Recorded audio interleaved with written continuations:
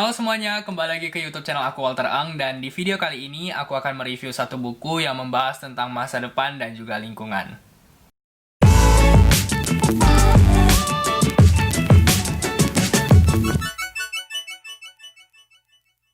Buku tersebut adalah buku ini, Bumi yang Tak Dapat Dihuni, atau dalam bahasa Inggris The Uninhabitable Earth, dan ini ditulis oleh David Wallace Wells. Aku nggak tahu pronunciation-nya benar apa enggak, tapi semoga benar. Buku ini itu memiliki 320-an halaman. Jadi dalam bukunya sendiri kurang lebih sekitar 200-an halaman isi dari bukunya, sedangkan sisanya itu adalah kutipan-kutipan atau referensi-referensi yang digunakan dalam buku ini.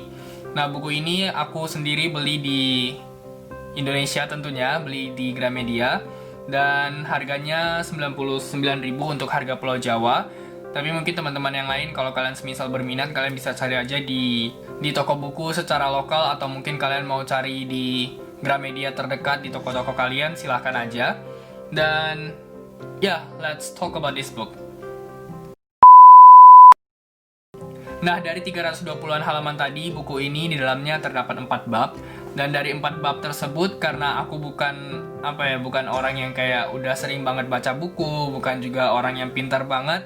Jadi dari 4 bab tersebut, aku bisa bilang aku cuman mengerti atau paling banyak memahami itu di 2 bab awal. Sedangkan di bab ketiga dan bab keempat itu aku rada-rada kurang paham. Tapi aku akan coba memberikan gambaran sejauh ini apa yang aku pahami, dan juga ya, karena ini bukan review yang kayak eksklusif atau review yang top gimana-gimana. Ini aku cuman membagikan apa yang aku baca secara garis besarnya. Aku cuman kasih gambaran-gambaran, kemudian kurang lebih apa yang aku dapatkan dari buku ini.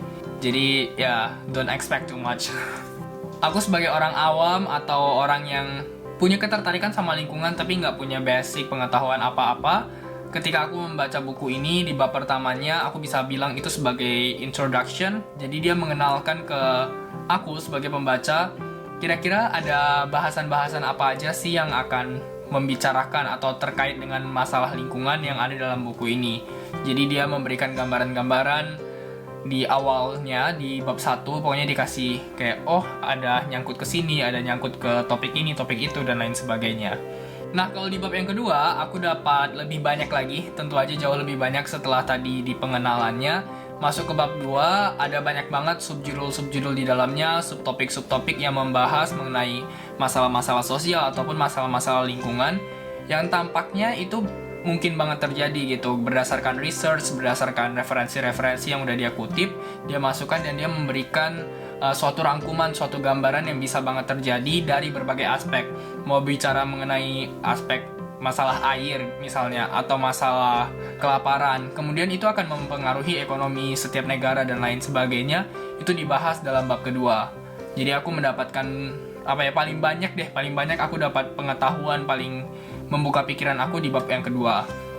Masuk ke bab ketiga dan bab keempat, again aku tekankan aku nggak terlalu paham, nggak ngeh masalah yang ada di bab ketiga dan bab keempat itu ngomongin topik apa gitu.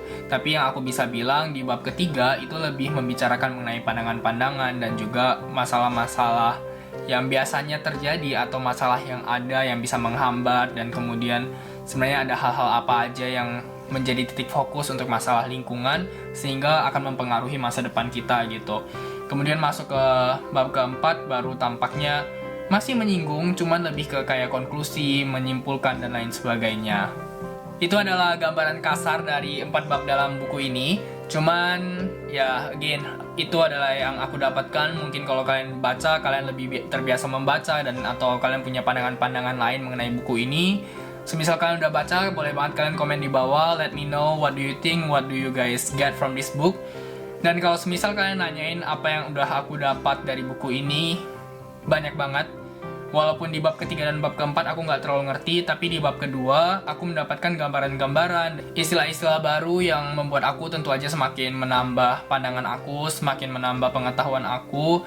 Jadi aku yang awalnya mungkin kayak nggak tahu mengenai orang-orang ini tuh ada karena masalah lingkungan, aku jadi bisa tahu dan ternyata ada istilahnya gitu. Kemudian aku juga tahu mengenai profesi-profesi atau pekerjaan-pekerjaan yang mungkin dilakukan di masa depan. Dan mungkin yang paling bisa aku highlight dari semuanya adalah aku dulu beranggapan bahwa masalah lingkungan atau masalah pemanasan global, masalah climate change dan segala macamnya itu akan terjadi. Aku yakin itu akan terjadi, tapi nggak pernah menganggap bahwa itu akan terjadi dalam waktu dekat. Dalam pikiran aku itu selalu menganggap bahwa I will fight for it right now, tapi itu mungkin buat 100 tahun ke depan, 150 tahun ke depan gitu. Tapi nyatanya dalam buku ini dibahas mengenai hal-hal ini tuh dapat terjadi dalam kurun waktu yang cukup dekat sebenarnya, dan kita nggak sadar aja gitu bahwa ini sedang terjadi dan terus bertambah, terus meningkat untuk pemanasan yang terjadi dan lain sebagainya gitu. Oh ya, poin lain yang mungkin aku bisa highlight adalah mengenai masalah bagaimana pandangan dari si penulis terhadap generasi masa depan yang akan datang.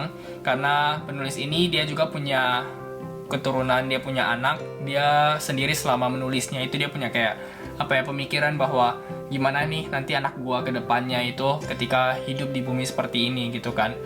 Itu yang dia pikirkan, dan menurut gua respon ataupun tanggapan yang dia berikan itu sesuatu yang cukup mind blowing. Gimana ya? Kalau buat aku pribadi itu sesuatu yang cukup mind blowing dan juga menguatkan juga sih untuk kita bagaimana kita harus bertanggung jawab. Tapi namanya masalah ini nggak semua bisa kita kontrol. Yang bisa kita kontrol is basically ourselves, dan ya pada akhirnya kita harus berserah gitu kan. Dan kayaknya itu aja yang aku bisa sampaikan dari review singkat mengenai buku ini. Semoga bisa bermanfaat. Semoga kalian bisa menerima, memahami buku ini dengan baik. Again, kalau kalian mungkin punya pandangan-pandangan yang menarik mengenai buku ini, kalau kalian udah baca, boleh banget kalian komen di comment section di bawah. Atau kalian punya mungkin buku-buku yang kalian rasa cukup oke untuk aku baca, kalian boleh kasih saran-saran bukunya di bawah, di comment section di bawah. Sekian aja video kali ini, semoga bisa membawa manfaat, semoga bisa memberikan pengetahuan juga buat kalian. Jangan lupa kalau kalian suka dengan video ini, klik tombol like-nya, dan juga share ke teman-teman kalian kalau memang kalian merasa ini bagus kontennya. Dan ya itu aja sih. See you in my next video. Bye-bye.